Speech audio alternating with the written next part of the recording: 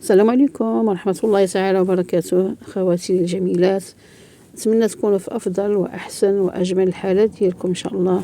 أهلا وسهلا بكم مرة أخرى في هذه الحلقة. اليوم عندي واحد الهمسة الهمسة غادي نهمسها في الأذن ديالكم.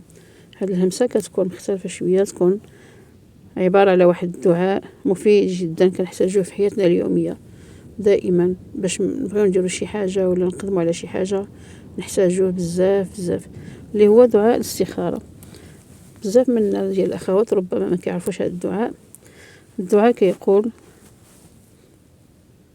اللهم اني استخيرك بعلمك واستقدرك بقدرتك واسالك من فضلك العظيم، فانك تقدر ولا اقدر وتعلم ولا اعلم وانت علام الغيوب. اللهم إن كنت تعلم أن هذا الأمر خير لي في ديني ومعاشي وعاقبة أمري، أو في عاجل أمري وآجله، فاقدره لي ويسره لي ثم بارك لي فيه. وإن كنت تعلم أن هذا الأمر شر لي في ديني ومعاشي وعاقبة أمري، أو في عاجل أمري وآجله، فاصرفه عني وصرفني عنه، واقدر لي الخير حيث كان ثم ردني به.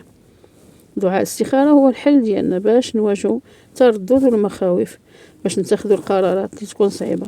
هذا الدعاء كيخلينا نحسو بالثقة في اختياراتنا، حيث حنا كنطلبوا من الله سبحانه وتعالى يساعدنا ويهدينا للطريق الصحيح. كيفاش نستخدموا هذا الدعاء؟ ما يمكنش تدعي بهذا الدعاء غير في الصلاة ديال 2 ركعات، ولكن حتى في كل وقت كتكوني في حاجة للاستخارة غادي تطلبي من الله يساعدك باش تختاري القرار اللي هو الخير ليك في الدنيا والآخرة. غادي تحسي بواحد الطمأنينة بعد الدعاء، حيث الله سبحانه وتعالى كيختار ليك الأفضل سبحانه وتعالى.